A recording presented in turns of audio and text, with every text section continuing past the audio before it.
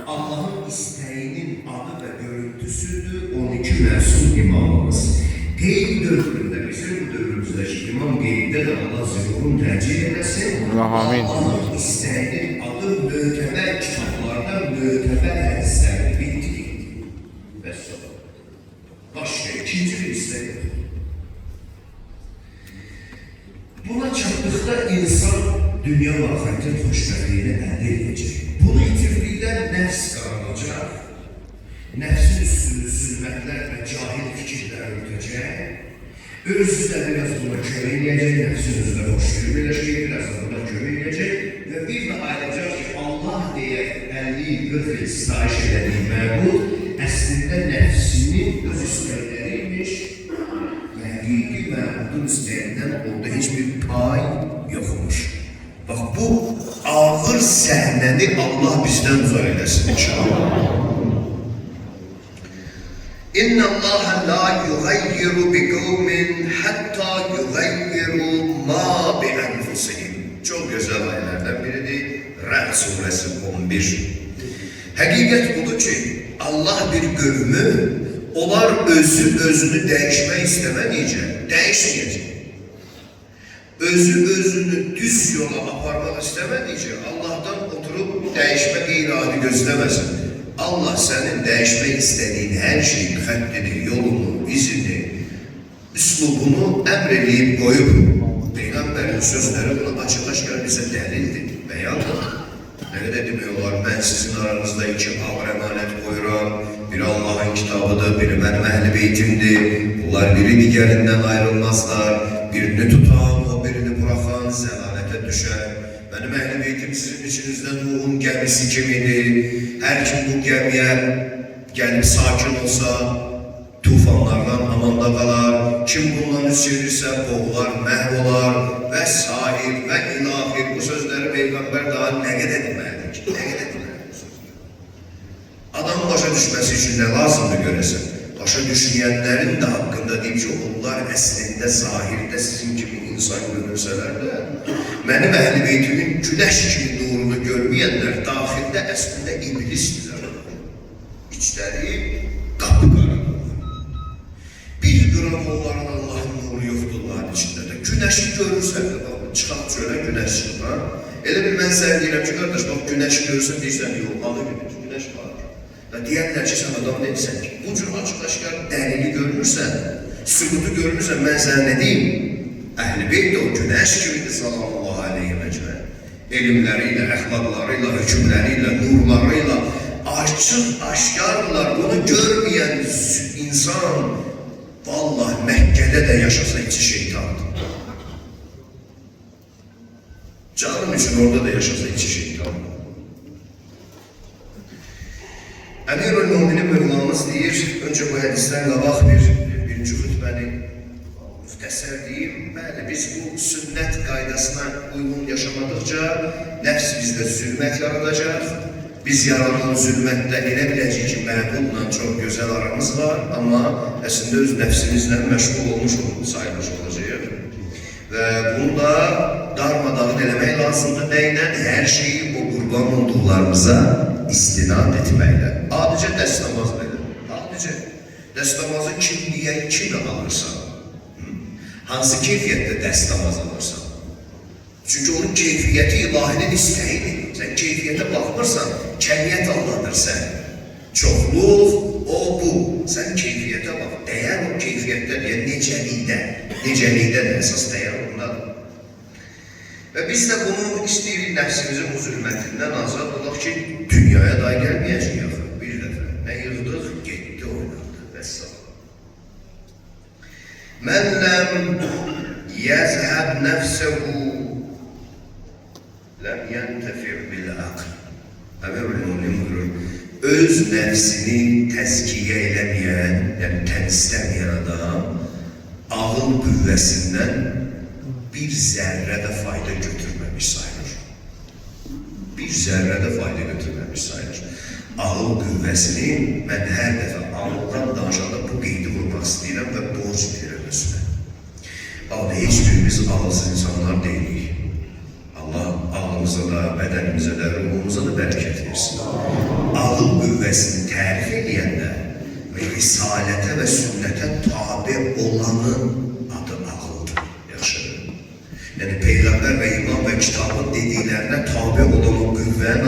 ağıldır. Tabi olmayıb özü-özündən qərar verən qüvvənin adı ağıl deyil. Onun adı ağıl deyil. Eyni qüvvədir ya. Biri tabi olur, biri tabi olur. Özü müstəqil çıxır ki, mən.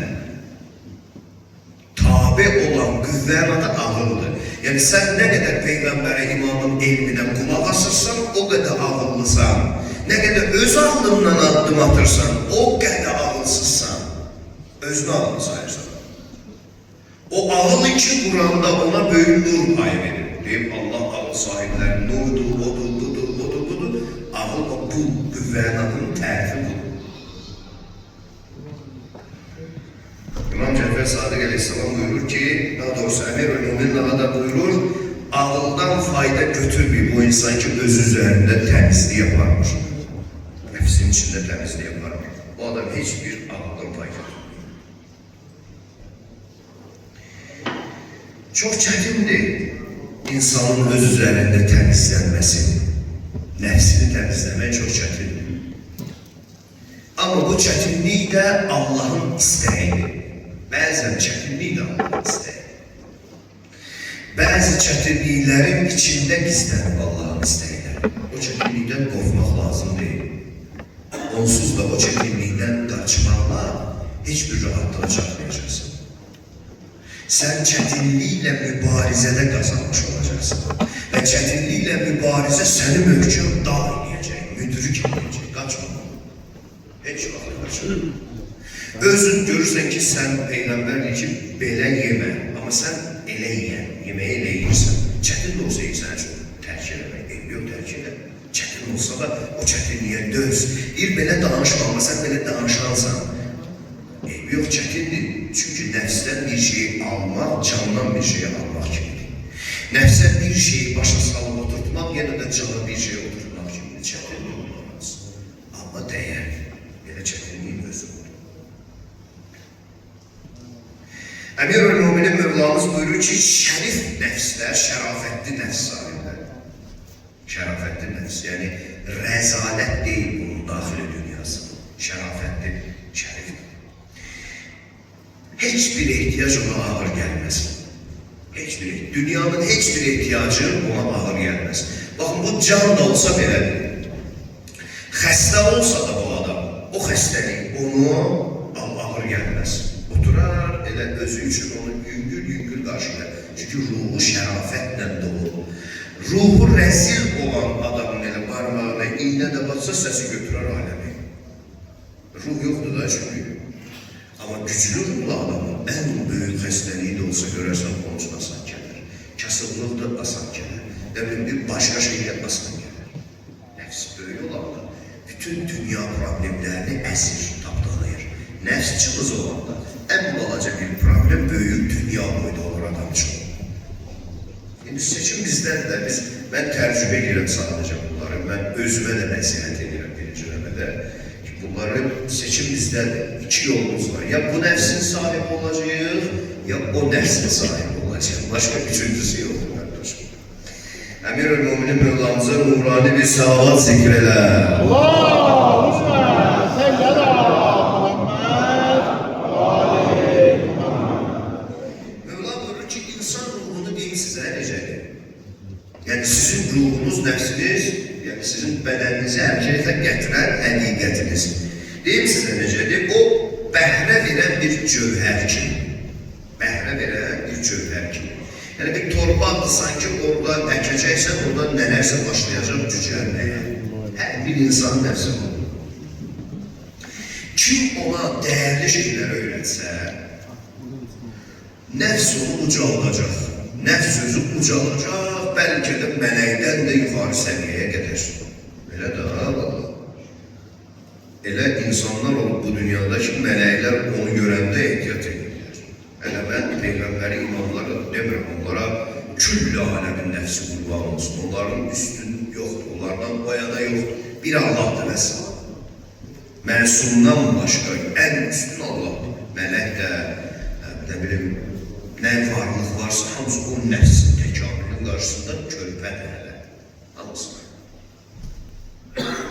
Amma adi insanlardan da belədir. Görürsən, ucalda gəlir bir dərəcəyə çatır ki, hansısa bir hörmətli mələk onun qarşısında ehtiram edir, hörmət edir. Onu bir ayrı cür qəbul edir. Kim nəfsini dəyərli şeylərlə doldursa, rəfə'aha, onu ucaldar, uca yerlərə qaldırır. Kim də onu mənasız şeylərlə doldurarsa, zəlil eləyər onu. Alçaltar, gətirər onu heyvani səviyyədə saxlayar. Bəlkə ondan da aşağı salar, sonra görərsən bir heyvan ondan da dəyərli olar. Axır zamanda üz-üzdən iraq, dünyada bu dəyərsiz nəfs sahibləri nə qədər desən var, nə qədər desən var, doludur. Problem buradadır ki, bu dəyərsizlər də gün efir qapağında deyil, gün efir qapağında deyil. Harada dəyərsiz insanlar var, çox populyardır. Bir gram qiyməti olmayanlar dünyada insanlar üçün çox dəyərli, populyardılar, favoritdirlər. Hurdalasın, xırdalasın, içi, valla bir pişikdən aşağı diye onun içinde olanlar. Dikkatli olalım, müminler biz bu cümleye yanaşır, bu cümleleri öğrenir. Vaxt keçirməyə, nə bilim, elə beyhuda gedib dəyim çıxım gəlmiyor. Biz bunu hiss eləməliyik ki, biz gəlirik nəsə öyrənməyə. Əhl-i Beytdən, başqa heç Əhl-i Beytdən mənsub. Bir neçə kəlmə də deyirəm və başlayırıq dua eləyib namaza. Allah bütün dəyərlərlə, dualarla, hədislərimizin nuruyla, sizlərin aminlərinizlə cümləmizi haqqımızda qəbul eləsin inşallah. Muhammed Ali Muhammed'e bu niyyətə gözəl salavat zikr elə.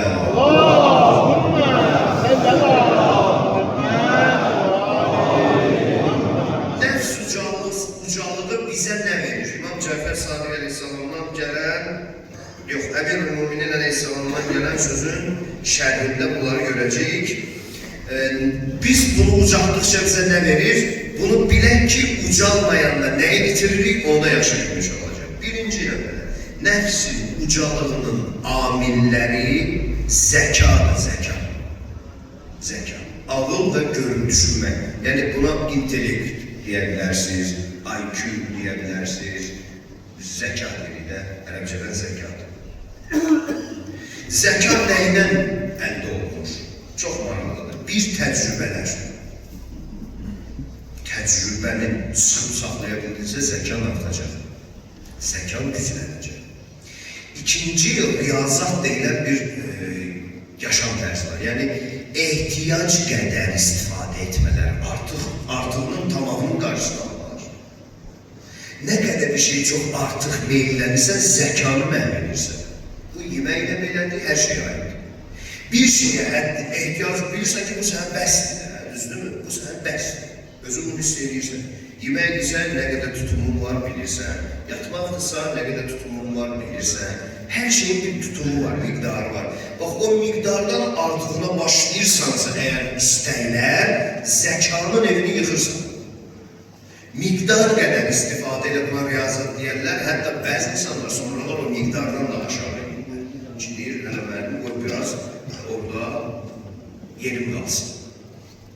Yüzdüsə yüzünü eləməkdə 80 edir, yükünü saxlayır. İnsan bu şeyləri eləyəndə başlayır zəkası artırmağa. Zəkası artıranda nə olur? Təhlil qüvvəsi və tərkib etmək qabiliyyəti artır. Yəni artıq hər şeyi düzgün təhlil edirsən. Adama baxırsan, bilirsən ki, bu səndən nə istəyəcək, onun fikri nədir, necə insandır. Hadisəyə baxırsan, düz təhlil edirsən hadisələri. Bu qabiliyyətin başlayacaq artıq. Nəfsi gücləndirdikcə görün nələr artır. İdrak sürətlənəcək, zehin səfalı olacaq, nurani olacaq. Asan öyrənmələr başlayacaq. Yəni bir şeyi artıq sənə elə bir kəlmələr anlayacaqsın da. Adam var ona elə bir quran leksik oxu, danışlar çatmır da, baxın. Heç nə deyir. Hafizə güclü, yaddaşlar güclü olacaq. Baxın öyle. Salavat zikr elə Peyğəmbər Ali Peyğəmbərə. Allahümme salli ala Muhammed ve ali Muhammed. Hafizən çox güclü olacaq. Yaddaşın.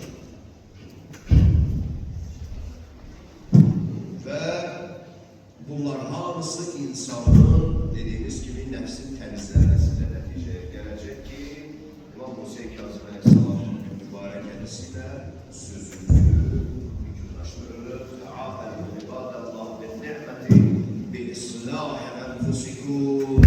Ey Allah'ın bendeleri, Allah'ın nimetlerini öz nefsinizi ıslah etmek için işledin.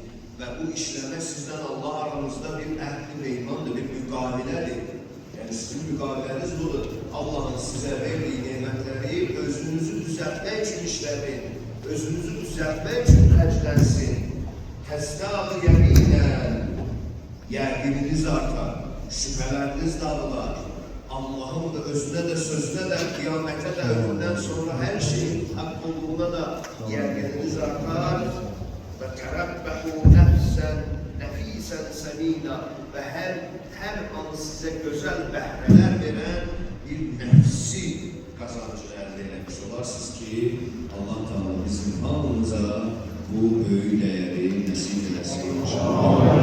Allahümme inna nes'eluke ve ned'ûk bismikel azimil a'zam vel azil ecelli ekber ve Muhammedin ve Ali'in ve Fatıma vel Hasani vel Hüseyin hatil ma'sumine min zurriyetil Hüseyin ya Allah.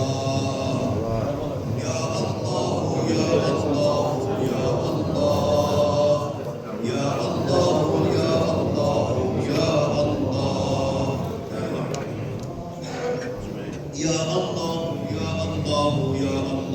Perverdigara ilk duamız bu olsun. Günahkar ellerimizi dergahından namin el boş sinelerimize kaytarma. Amin diyen dillerimizi, adımı zikrediyen, ehl-i beyte tevessül ediyen nefeslerimizi kıyamete kadar lan öldürme. İlahi günahlarımızın üstünden geleni erfecek. Bağışlamamış bizi bu fani dünyadan akar. Kalbimizin karanlık gecesini Hanım Zehra'nın nuruyla münevver et. Dünyadan göçenlerimize gayri rahmet et. Bizi İmam Hüseyin ağamızla meşhur et. Meselelerimize şifa acil merhamet et. İmanı olmayanlara amel-i salih zürriye nasip et. Esker balalarımızı düşmenin hükmesinden hifz et.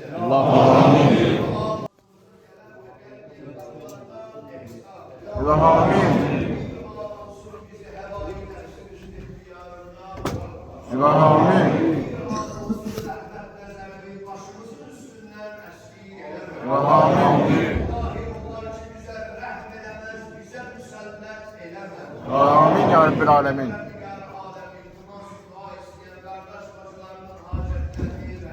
İlahi amin ya Rabbil Alemin. İlahi amin ya Rabbil Alemin. Bu dünyada ziyaretini kıyamette, evriminden, berzehte şifaatin hamımıza nasip et. İlahi amin ya Rabbil Alemin. Bazılarımıza Hanım Zehra'nın abi olsun, İsmet'in nasip et. Amin. Babalarımıza, kardeş, ata babalarımıza, aziz peygamberin başta olanlar, sonra oncu mensup imamımızın şücaetinden, adaletinden, eyletinden nasip et. Amin. Düşmanlarına kainat durdukça lanet et. Amin. Müminlerin düşmanlarına lanet et. Amin. Başlığımızı bundan artık möhkem ve mehriban et. Amin. Perverdigar-ı alem, maddi manevi hizmet gösteren bu kardeşler, ana bacılarımızla hemçinin bütün hizmetlerini âli derecede kabul et. Amin.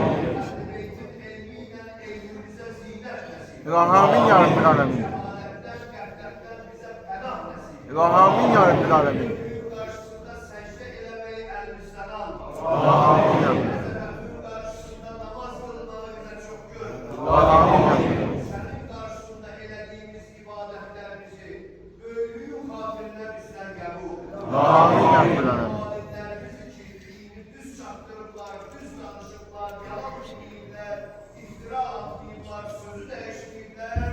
Allah ölenlerine rahmet, kalanlarını yerin göğün, belalar Ve amin ya Rabbi. İnşa eyleyən əziz hacımızın da ruhu şad eyle. Ve amin ya Rabbi. Simasında elimizin bütün xeyriyyəçi evlatlarına ölenlerini rəhmət, qalanlarını salamat eyle. Amin. Bizim ruhanilerinden olan Kərbala Gündüz kardeşimiz de bu yakınlarda cavan dünyası değişip Allah onun da hizmetlerini kabul eder. Amin. Şad eder. Amin.